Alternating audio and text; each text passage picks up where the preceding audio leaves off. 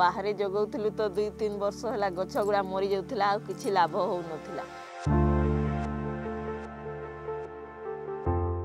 नमस्कार, मोर नाम रश्मिता पटेल।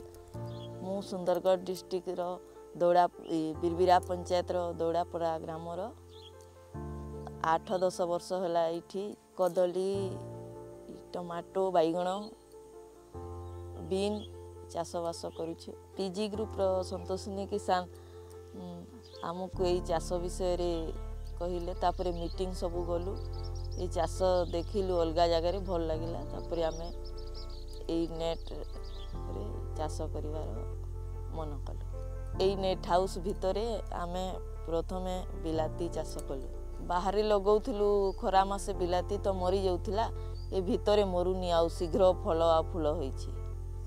शीघ्र गछ गुड़ाक भी बड़ हो गला। बाहर चाष करूँ तो गछ गुड़ा पानी अभाव थी मरी जाऊला आउ पोक भी लगी जाऊला फल गुड़ा भी धरू नथिला भल किंतु भितर से पोक लगुनि आ फल भी ठीक भाव धरी। बाहर जगौली तो ठीक टाइम रे फूल फल हो पार नाला क्यों गछ छोट हो जाऊला क्यों गछ बड़ हो जाऊला।